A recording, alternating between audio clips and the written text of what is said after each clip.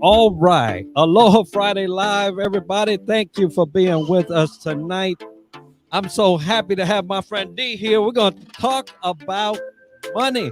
And I know people are interested. They want to know how to get their money. I'm so happy, folks. We do this every week, but today I'm so honored to have Dee. She's an author. She's speaking. She's telling people how to recover that cheddar. And so tonight, the cheddar, I love it. Right, so I get that cheddar. We're so happy to have you, Dee, and I appreciate you taking the time to be with me tonight. Absolutely. An important piece of business that is often oversighted and will often cause a lot of trouble. So I'm happy to hear about what you got to say about this. Leadership and collecting your money. Because guess what, leaders? If you don't know how to, who will? Right. Dee, give us a little bit of your background and before we get into the topic.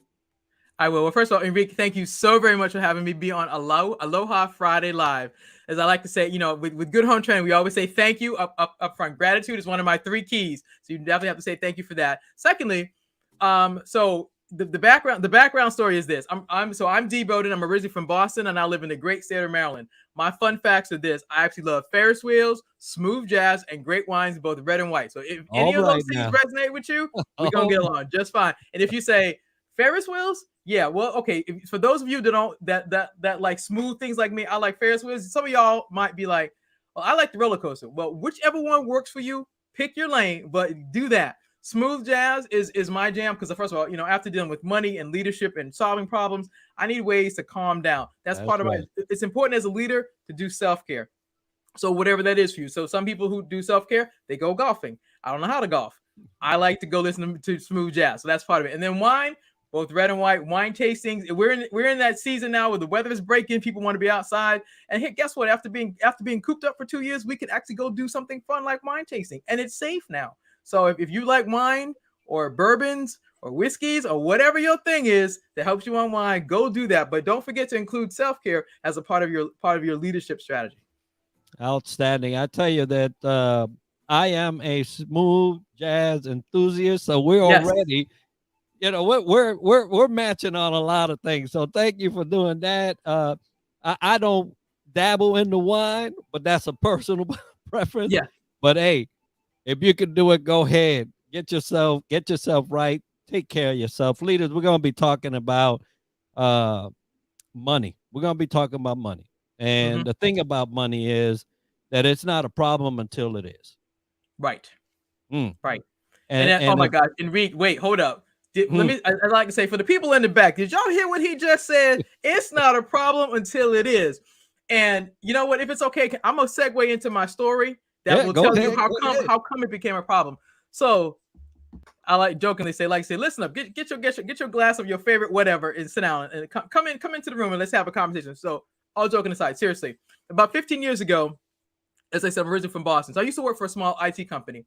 You know how it is, Enrique, when you get hired, usually it's welcome aboard, here's your cubicle or your office, here's your box. I jokingly say, here's this plant. Well, I'm in accounts receivable. So when the comptroller says, hey, we need somebody who can collect these outstanding accounts, I said, oh, well, I can definitely do that. So she says, hey, here's $8 million in outstanding receivables. And I was like, you have what? She said, yeah, We've sold IT services, software licenses to major corporations, government agencies, and we have a collections team, but we have a set of accounts that we have not been able to collect.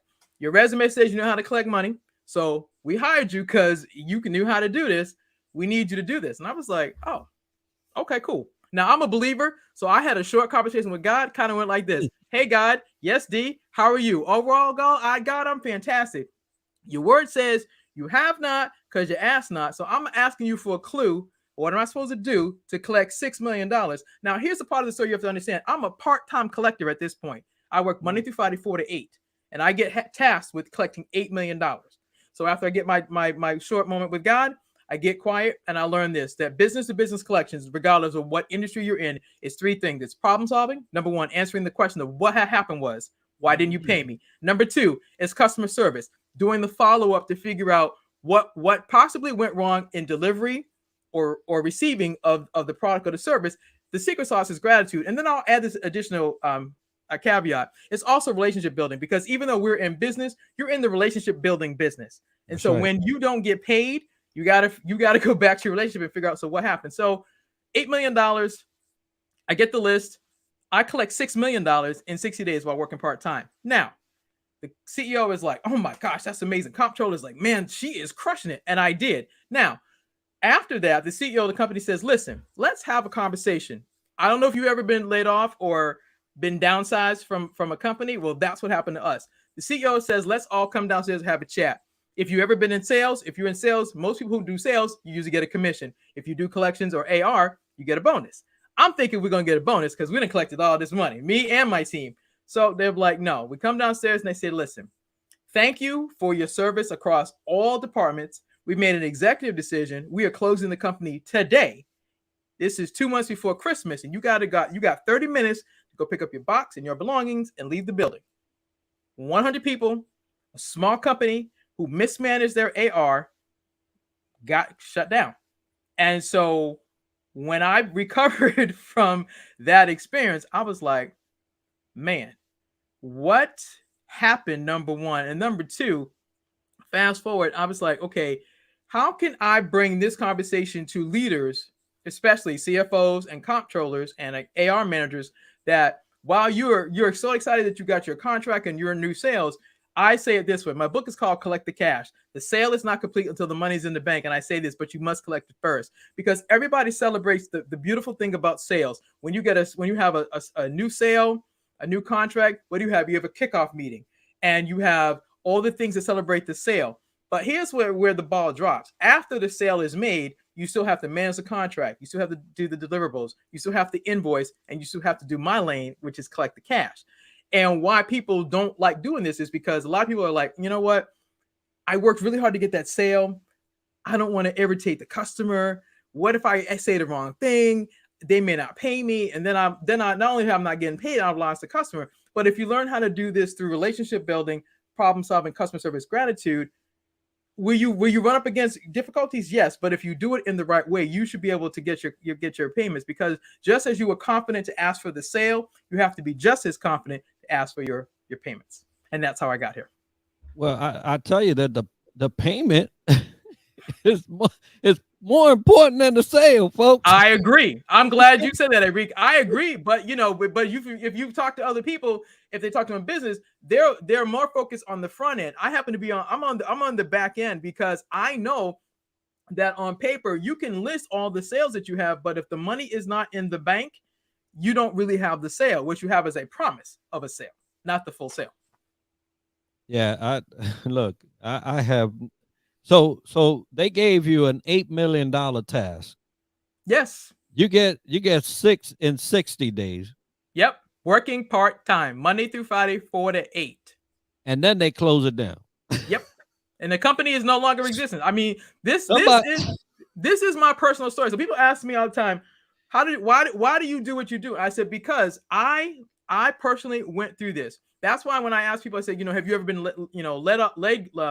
laid off, downsized, seen the company, reshuffle, all the things. So you fast forward to today. We were talking before we went live. I said there were companies like Payless Shoes that had, so you think about it, Payless Shoes had vendors who sold them shoes. They had contracts with them. The vendors were thinking, okay, I sold you all these shoes. We had an agreement. I delivered my shoes. You're supposed to sell them, and then you're supposed to pay me for, share the profit of what you made. All those vendors are like, hey, where's my payments? That's one. Dress Barn, Charmin Charlie's. Let's fast forward to COVID 2019. I'm watching small and medium-sized companies across a ton of industries. All of a sudden, they are scrambling to go get the PPP loan. Nothing wrong with that, but my question was, I wonder how many of them had sales, especially if they were payment terms of net 30, net 60, net 90, and they were like, oh, you know what? I got my sale, but I said, oh, I'll go collect the money later. And then you're scrambling because it's like you have money that was probably owed to you, but you like, yeah, I'll get to it. But now you have to go scramble to go get a loan, but you probably had sales that you could have collected the cash on and probably saved yourself at least 30 or 60 days worth of payments. And I'm like, Then for me, Eric, this was the thing that really got me like really talking about it. I love theater. So when Broadway shut down, this was the thing for me. When Broadway shut down, a multi-million-dollar business, which means every theater house that's connected to Broadway was shut down, which means they had contracts with small vendors who were planning on selling tchotchkes and t-shirts and all the things. And I'm thinking, they were counting on those sales. But my saying says, collect the cash. The sale is not complete until the money's in the bank. They were counting on making sales off of those, making profits off of those sales, and they couldn't. So I'm wondering that I'm watching my story on a larger scale happen over and over and over again. And I'm thinking, nobody's talking to them about what are you doing to manage your sales, manage your cash flow, and manage your profits. And it's like, why is this such a hard conversation to have? And it's like, well, when you're in business, why are you in business? You're in business to solve a problem, number one. But the most important part is to make money. And how do you make money? Through your sales. But if you won't have the conversation and if you think, oh, I'm just going to bury my head in the sand, it's like, no, you have to be able to face this. And so I know that accounts receivable in business is not sexy. Don't nobody want to talk about this. They're like, I'd rather do anything but talk about this. But when you're the CFO, when you're the comptroller, when you're the AR manager, and you're looking at all these accounts and the money isn't in, especially as you have payment terms of net 30, net 60, net 90, and you're wondering, okay, how am I going to get this money collected? And you have no problem solving skills. You don't do customer service. You don't build relationships, and you don't express gratitude.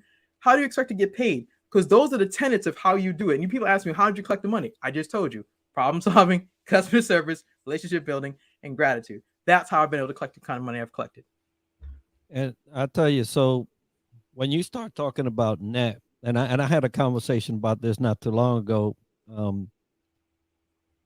you could literally set yourself up for these troubles by how you set your payment cycle. Right.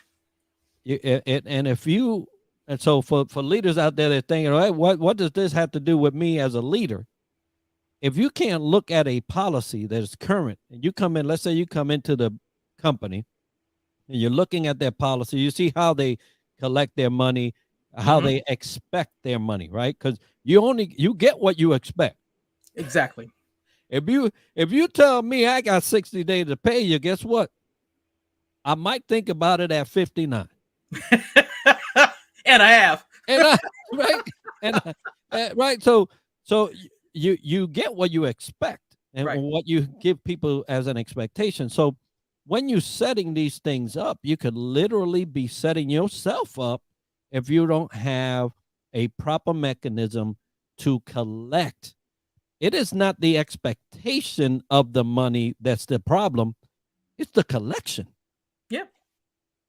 Because everybody, you could say, hey, no, they know it's in 30 days. It's in 30 days. And 15 days come and you ain't thinking about it. Neither are they. Right. And the other thing is this. So if you don't have a tracking system to track your payment. So for example, who's the name of your customer? What's the contract number? What's the amount of the contract? What did they buy from you? When you supposed to invoice them? When you're supposed to deliver your product or service? When you're supposed to invoice them? When you're supposed to get paid? And a section called notes. If you set that up, that means that every customer is in that same category. And then you have notes, and then you have what's a reminder, a tickler, or something that the payment was mailed out today, so it's May 6, 2022. If the payment terms are net 30, then the payment should be hitting your bank account in 30 days. On the 31st day, if the payment isn't there, hi, I need to speak to the person in accounts payable, please. I'm calling from such and such company. My account number is such and such such. Can we please discuss what happened with the payment? And if they tell you, oh, well, you know what, when we received your invoice, you were missing information. For example, you forgot to put the contract number or the purchase order number. You have the wrong, you have your billing, your information is wrong. Your tax ID isn't on there. Your bank account information isn't on there. You have the wrong units. Let's say they bought 10 sets of sneakers from you. You only billed them for 8. Well, they're not going to pay you for 10 if you only billed them from 8. Details matter in business.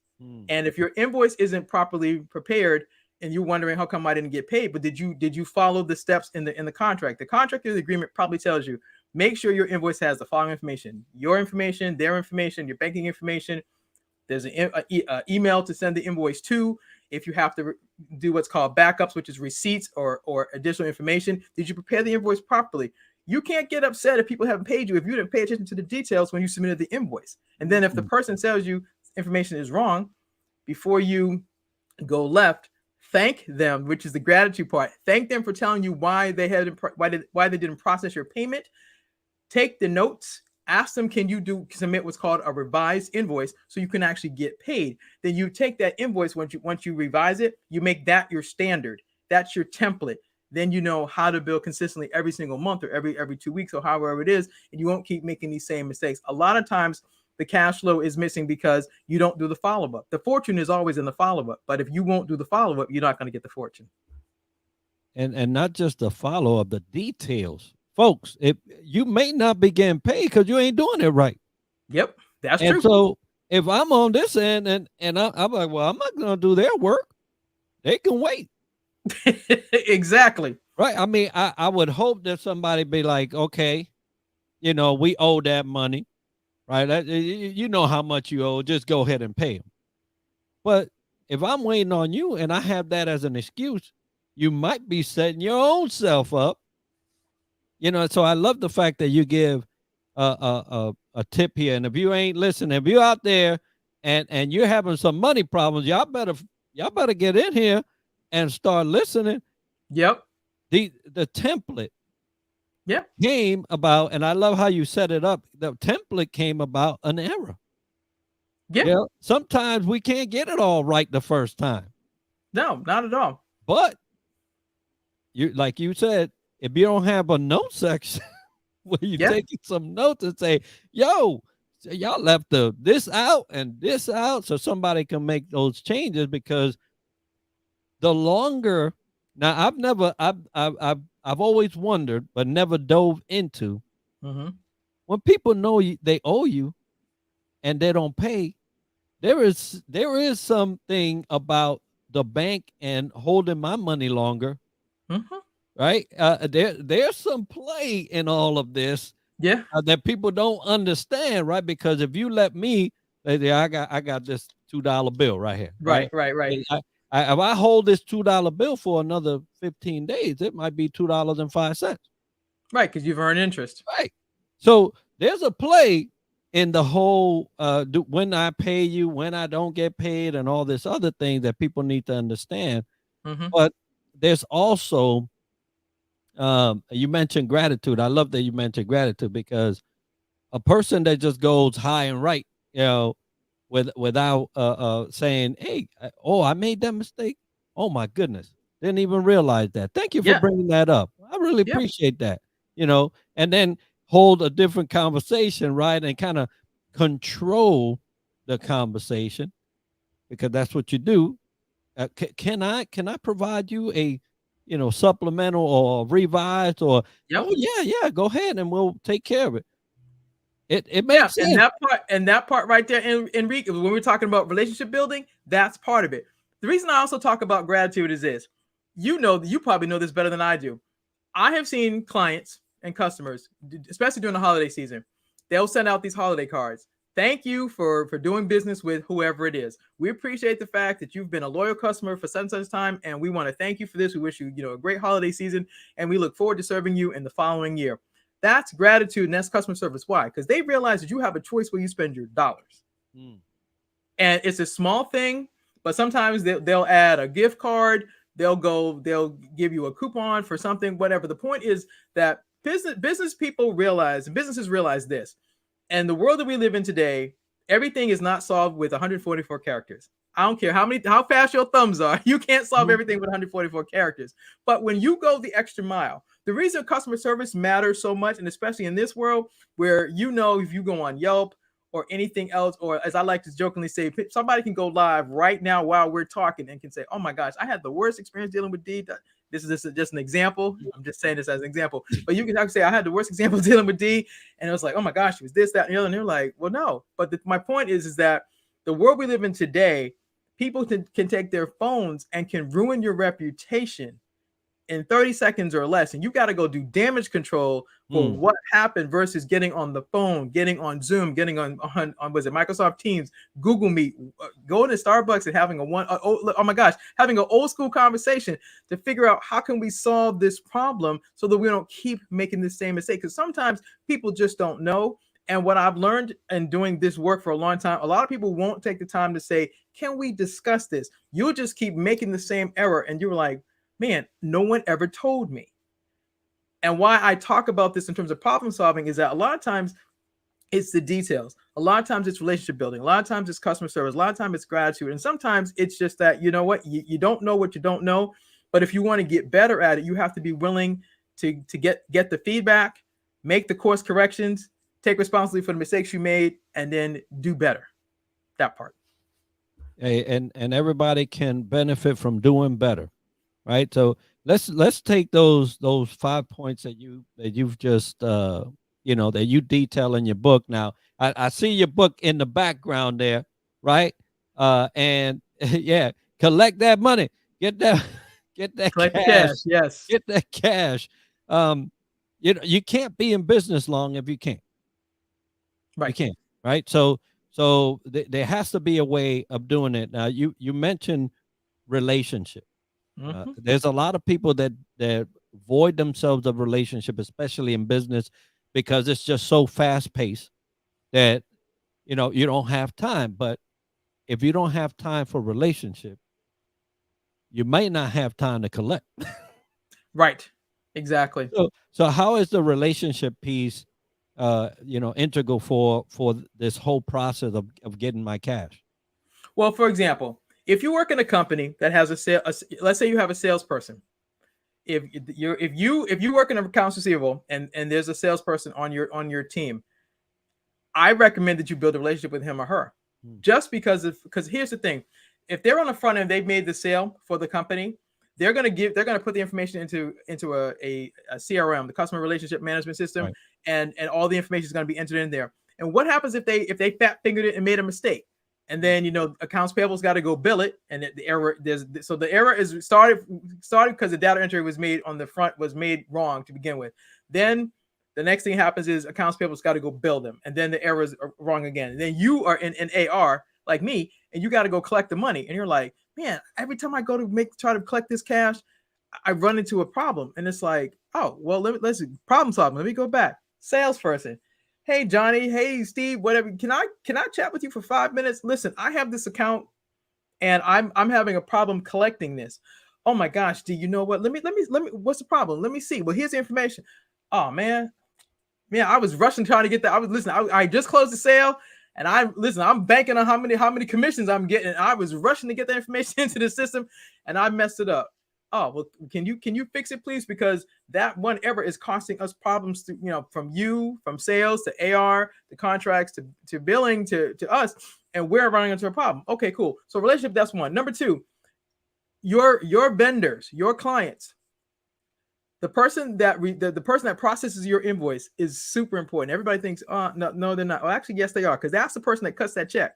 Make sure if they don't cut the check, they make sure the check gets cut. So the relationship with them is super important. If you're on the phone with them and they tell you that there's a problem with the invoice, the information, again, thank you for letting me know. Let me fix this. I wasn't aware. I'm sorry for the inconvenience caused. Let me correct this so we can fix this. And then when you get the payment, the follow up to say thank you for your business. Just like if you get an invoice, usually at the bottom it says thank you for your business. The customer already expressed gratitude to you. So the person helps you get your payments. Go back and tell them thank you. That's what I did. That's how it started with me, was telling the people thank you. So I'll give you an example. Back to the story when I told about collecting $6 million in 60 days. There was a vendor, and this is what happened about when I said problem solving, customer service, gratitude. Of the $6 million, with one phone call, I collected $2 million. How? Hi, this is Dee. I'm calling from such and such company. May I speak to the person accounts payable, please? Yes. Well, Dee, the reason we haven't paid you the $2 million is because we changed our billing system. You did? Really? When? Oh, we sent, because vendors make changes all the time to systems. We sent out an email to all our vendors. Well, we didn't get the email, or it was in spam, or wherever it went to back in the day. I said, can you do me a favor, please, and resend that email, because I need to talk to my comptroller and show her this of the $8 million. Here's $2 million that could be collected. Well, with one phone call, doing problem solving and expressing gratitude, we had to reformat all those invoices. But with one phone call in 1 week's time, $2 million of the $6 I collected was done with that. But what did I do?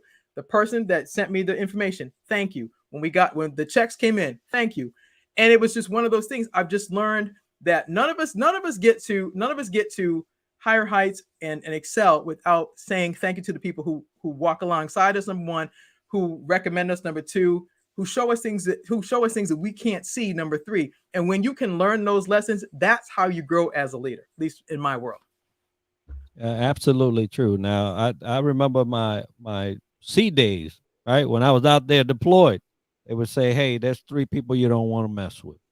Yep. The pay clerk. Yep. The supply. Yep.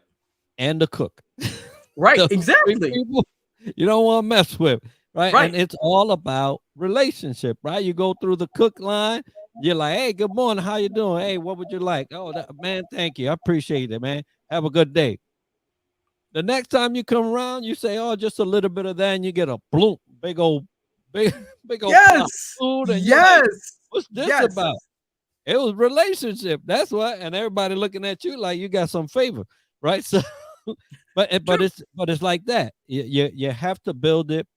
And I love that you mentioned here internally within the company before you go trying to build it outside. You got to have it in there before, because to go back to, Johnny or Jimmy or whatever, or Sue, to have that conversation without them getting all flustered or whatever, you have to be able to get that information so that you can actually go and get that money that's been out there. $8 million is not some chump change, folks. You said amen. I was like, what? Yeah, and here's the thing, and I'll say this for the people who are like, well, I don't have 8 million. Well, here's the thing. I didn't get to 8 million without collecting, all before then. I had to get good with collecting $1, then $2 and $5. This has been a growing skill set. But what I learned is that problem solving was at the root of it. Customer service, relationship building, gratitude. And when I started seeing the momentum, that's how I got there. So Eric, you and I have a connection with the Coast Guard. So talking about collecting lots of money. So I think I shared with you before we went live that I worked for the United States Coast Guard headquarters, and I was closing out contracts with them and dealing with 10 different branches of the Navy. So I had a contracting officer that said, okay, we have all these contracts that have not been closed, and we've been having challenges, and I'm going to assign one person that's going to be my rep to the Navy. And that was me. And so he said, I need you to work with this. And so I worked in 10 different branches from Spar Wars and NAVSEA and NAVAIR and NAVSUP, all of them. I collected $7.5 million in 1 year. 1 year. Now, how did I do that? The 4 things that I've been talking about. And it's been those 4 keys. And here's the other thing. A lot of people are like, man, that's a lot of money. But here's the thing. Y'all have to understand. I didn't just jump in at the deep end collecting millions of dollars. I've collected 5 and 10 and 10 and 25 and 30,000 and on and on and on. I've collected a couple $100. I've collected $1. The point is, it's the same 4 skills I've had to learn over and over and over again. And here's another piece of leadership. Have I always been good at this? No. Have I taken classes to get better? Yes. Have I had mentors and coaches? Absolutely. Nobody gets to be excellent in leadership or anything else without getting coaching, without getting mentorship, without investing in yourself. So have I gone to school? Yes. Got all kinds of degrees and all kinds of things. But the point is that this has been a choice to be a servant leader. And as Enrique knows, I want to serve the small and medium-sized business owners because I don't want to see another small business go out of business. What happened to me personally was one of those, what I like to call it, life-jarring moments when I was like, man, even though I collected my part of the money, I will never know if there was anything else we collectively as collectors could have done to save that company. I don't know. But I do know that raising this conversation, talking about sales and AR are the things that I have not seen anybody else on LinkedIn talk about this. I see everybody talking about sales and marketing and social media and all the things, but nobody's talking about this part because it's like, oh, well, I guess the assumption is if you get your sale, you're getting paid. Yes, if you do it PayPal or Stripe or Square, and it's a very transactional thing. But if you've got payment terms or you're dealing with supplier chain companies, those things are net 30, net 60, net 90. And if you don't know how to problem solve when you submit your invoice, it gets caught up in some system and you don't know what to do or what to ask for, how to fix this, you'll end up short with money. And like I said, my goal is to raise this conversation so that one, you learn that, collect the cash is 3 keys. It's problem solving, customer service, gratitude. Number 2, it's really important that you have a tracking system, that you track all of your payments. You know how many sales you have, how many customers you have, and if you have any problems, you have it in notes. Third, the fortune is always in the follow-up. And if you take those 3 keys, prayerfully you'll be successful in your business, and you will not end up short with your cash flow. And cash flow is king. Right, I'm over here working on my cash flow. Stuff's coming in, right? I don't want stuff going out. I want stuff coming in. Yeah. And if you're a business out there and you're a business owner, or you're an executive in charge of making sure that the finances flows right, these are the keys that you want at your side. Problem solving, most definitely, because usually miscommunication is a problem. Right. And if somebody miscommunicated in one way or another, whether it was outwardly or the communication coming in, there's still miscommunication. There's an issue, right? Or, how they say, Houston, we got a problem. Right. Yeah, exactly. That's the time you got to say that, because if the money's not flowing, then there's a bottleneck. There's something holding it up. And you have to be able to solve those issues in a way where you can go to your next, you can go into that relationship. And matter of fact, those issues can bring you to a position where now you can, build a relationship. And for those of us that are looking for a steady cash flow coming in, relationships are key. Now, you mentioned your background with the military in terms of working for them to get all this money. You're talking $1 million, but I love how you say, you started with 1. You got it. If you're good, if you do it with 1, you could do it with 2. Right. And exactly. You keep going down the road, and you could do it with 8 million. That's how that works.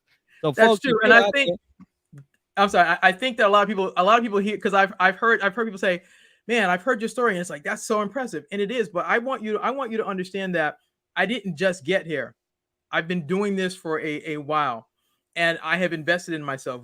People that we admire in business and outside of business, they invest in themselves. For example, if you're a sports fan, your favorite people, whoever they are, they practice. When you get to do an interview like we're doing tonight, they'll tell you they'll ask you, what's your key to success? I invested in myself. I have a coach. I practice. I watch the films. I saw where I could get better. I started making tweaks. I asked my teammates, hey, when you see me doing this, can you say something? Can you remind me so I won't keep making that same mistake? They humbled themselves, and they allowed themselves to be teachable. That part. They allowed themselves to be teachable. The reason I get to sit here with Enrique today is because I have been doing all those things. I'm constantly investing in myself with classes and books and webinars and coaches and mentors, because I want to be the best at this. And I also want to be able to leave a legacy. My goal with Collected Cash is to leave a legacy for small and medium-sized business owners, that if they ever run up against this issue. And they're like, man, I remember seeing this lady. Her name was Dee. Let me Google her real quick. What did she say? Oh yeah, she had this book, and she had these messages. And the thing is, there are a lot of people that don't care about small business owners. I do, because I worked for one that went out of business. As I've said a couple of times, this was a personal thing for me that changed my life, and it set me on a course to who's my why. My why is to make sure that small business owners don't end up like this. And I know that talking about sales and talking about marketing and talking about all the things, it's not fun, it's not super sexy. And I know talking about money is like, oh gosh, I would rather do anything but that. But here's the thing. You have to be good with the sale piece and collecting the cash, because they go together. And when you develop that muscle, you develop that confidence, it gets easier. What I get to do today is it's easy for me now, because I've been doing it for over 20 years. But I didn't start like this. I started off as a data entry clerk and then worked my way up and went back to school and invested and learned. And now I can talk from as a subject matter expert, because I have the years of experience, plus the education, plus the amount of money I've collected, plus the book, plus being featured in Forbes and some other things that just help with my credibility. That part. Well, I tell you that humble beginnings, whether you're starting out or you've been in it and you kept that humility, it pays a huge amount of dividends when you're talking about how much you can get from and through people. Humility will open doors that other things will never open. True. And so I love that you bring that into the mix, because it's truly where a lot of the work is done, especially in relationship building. You may know it all, but we don't need to know it. Right? That's fine. You can do it. But the moment you tell everybody how much you know, ain't nobody care. Right? Yeah. Nobody care. It just can we solve these issues, especially in the realms of money. Now, let's say I am a small business. I'm having trouble with this specific thing. You just wrote this book. I want to get a hold of it. Where is it available? Because some people might want to go ahead and order that stuff right now. Well, perfect. So here's the thing. If you want to get a copy of the book, you can order it from me directly, because I actually personally sign and send out every book. You go to www.collectthecash.biz/book. That's www.collectthecash.biz/book. Outstanding. Now, I heard of biz, right? You can't do biz without the cash. Folks. Right. Yeah. So it's www.collectthecash.biz/book. And it's funny, because it's kind of like a double entendre, but I want you to understand that collecting cash and business go together, and then learning how to do that is the keys are in the book. Outstanding. We're looking forward to getting a hold of that. Yep. Folks, we might just offer that up to a listener if you've been paying attention. Now, this is what I love to do. Okay. I'm going to get me a book, and I'm going to give it away. That's what I'm going to do. And for those of you that have been paying attention, she's been throwing some keys out very consistently throughout this whole recording. And if you could tell me what those keys are to this whole, ordeal of getting your money back. 3 keys. All right. If you could tell me what the keys are, and I might have something for you. And so I'm looking forward to that.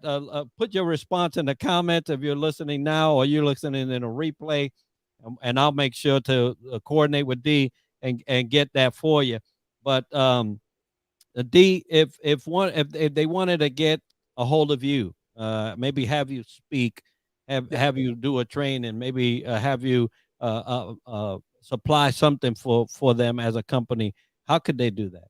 Sure thing. So first of all, thanks, Enrique, for that. If you are a company that's got a team of accounts receivable people and they're not meeting the mark for what you want, and you want somebody to come in and speak to them, I'm happy to do that. You can go to www.collectthecash.biz and click on schedule a call with me, and then we can talk about what you need. Do you need me to come in and speak to them? Do you need some training? Do you need some consulting? We can create a package for you that will work, say for 90 days, and we can talk about that. But most importantly, you're not the team that's not collecting effectively needs somebody else who understands where they are. Because here's what I know for sure: when you work for a company and they give you your list of accounts and they tell you go collect, a lot of times the people that are giving you these accounts, they're not in the trenches with you. You need somebody who actually has been in the trenches, who understands, okay, if I have, let's say, for example, if I'm collecting from the federal government and you don't know the federal government's acronyms, you don't know the terminology, you don't know the system, and all you're told is, here's your list of accounts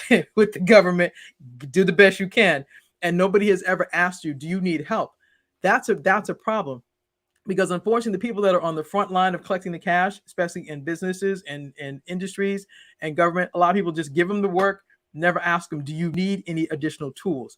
The reason I am so passionate about this is because I was blessed to have people come back and tell me or reach to me and say, hey, Dee, do you need some insight on what to do with this? Yes. And then once I got it, I said, okay, I will make sure that I am a resource to others. So if your team is struggling with collecting cash, building relationships with salespeople, that's my jam. Love to be able to come and talk to you about this and help make it better. Now you mentioned the leadership, and I want to dabble a little bit on leadership's role in here, because it's not enough to tell somebody go get it. Right. That's just it, right? Maybe there's people out there and companies out there that are used to doing it that way. Hey, here's your list, go get it.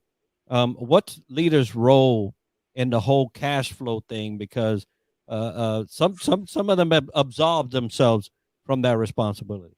Right. I believe leadership's role is this. Number one, if you're the CFO and you have let's say you're the CFO and you have a collections manager, I believe it's your role, your responsibility to talk to your collections manager and ask him or her, how is the team doing?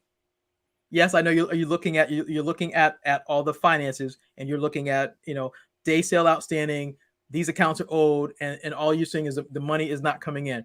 But before you can get that DSO number to go down, 5 minutes with the collections manager. Is everybody in the team okay? Number one, if you show them that you actually care about them, I promise you they would work harder for you, because a lot of times, a lot of people that are on the front end, especially in AR, don't feel like people care.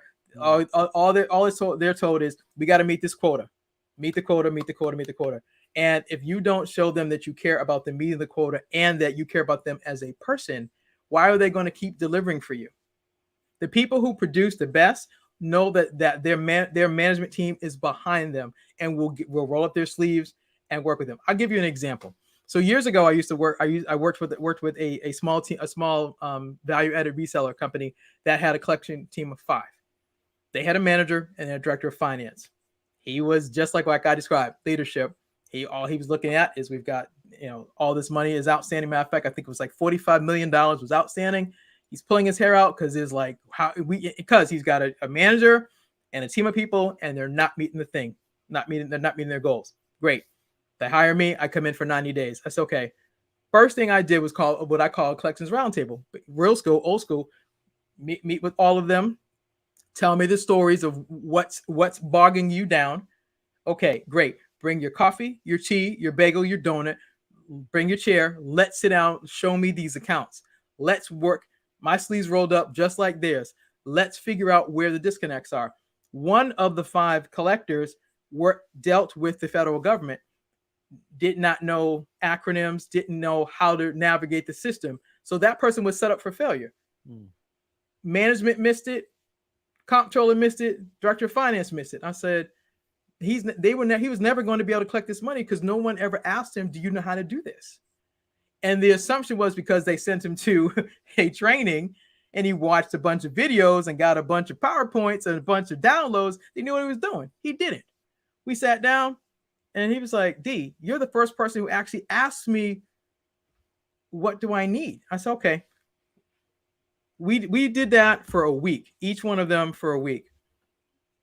But then when I got there, it was $45 million. We collected 75% of that. And then I left, because I got them to do the problem solving, customer service, relationship building, gratitude. Set them up for success, and that company has been in success ever since. But it's those 4 keys. Oh, it's because it's like, you just like you, Enrique, I'm sure you have a pattern of leadership that you do, and you've been able to execute it successfully. Once you figure out what the pattern is, yeah, you tweak it, but you stick to the foundation, because when you have enough receipts to prove this works, why are you changing it? It works. That part. Yeah, a lot of folks that are in leadership are afraid somehow of being intrusive, as if you're hurting someone. You could be hurting them by not asking, by not going down. Oh, I don't want to be in somebody's britches. Well, you know what? Sometimes you got to get down there and say, "Hey, is everybody okay?" And what a testament to a good leader to be able to do that and say, you know what? Oh, and oh, by the way, if you're not, I'm willing to come down here, roll my sleeves up like everybody else, and get this done, because it is relationships that will help things go smoothly. But if you Absolutely. don't know your people or the capability, that's it. I mean, Yeah. you mentioned setting this young man or this man for failure based on the fact that they sent them to some training, and a lot of leaders think that these plug and plays, maybe they plug but they don't play, right? Right. Right. It's just and you could sit in front of some training all day long, all you want, um, if you don't check for retention of knowledge, if you don't check for the applicability of knowledge, if Yes. you don't check whether it's even appropriate for what for the problem that you have, because Yeah. some training they say an overall thing and we address this and the other, but it may not be for this problem. Enrique, oh my gosh, I want to hit pause and hit rerun and run that back again, run that one more again, because I promise you, for the people in the back, they have not heard that, and I believe that that's the thing.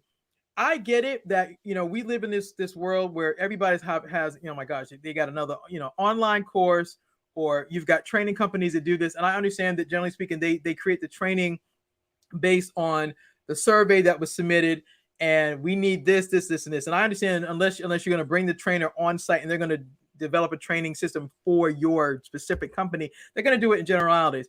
But if you don't, the things you just said, retention, did you get anything out of this? Do you remember anything that the teacher said? Nope. Does this apply to you? No. I can't tell you the number of trainings I've gone to over the years, and I was like, man, I went to this thing, and and they tell you, because especially if your company is paying for you, they're expecting you to go to this training, bring back the knowledge, and apply it. And here's the thing: if you don't understand how it works, and if nobody ever asks you, because a lot of people don't learn with sitting in a classroom and having somebody talk to them all day long, or telling you to go watch a video. Some people have to learn this way. They need somebody that's going to sit beside them and show them step by step. It's like this.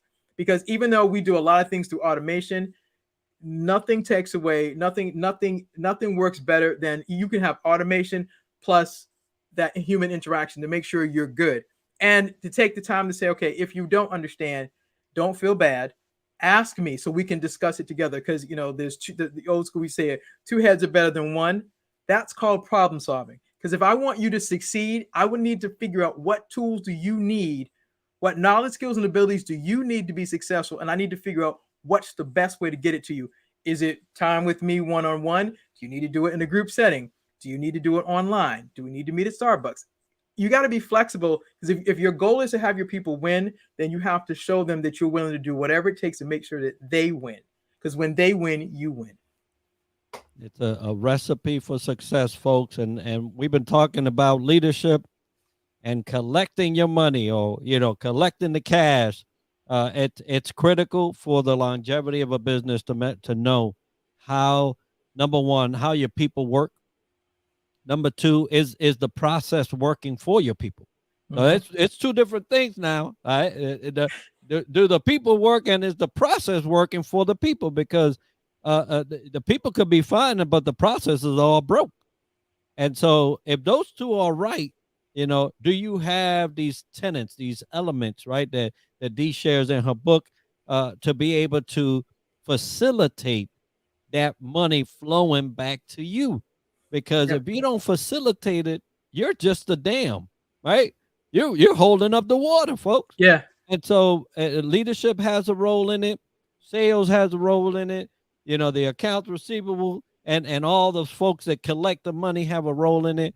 But if it's not flowing right inside the organization, don't expect the money, right? And a lot of people have a lot of expectation of getting successful cash flow into their business, but they don't have the elements of a successful cash flow reservoir, right? You can't bring it in because the people are wrong. So, folks, if you're listening and you're having problems with cash flow, bringing it in, Dee's the person to go and start recruiting and start having to have her teach your folks and come and talk to your folks.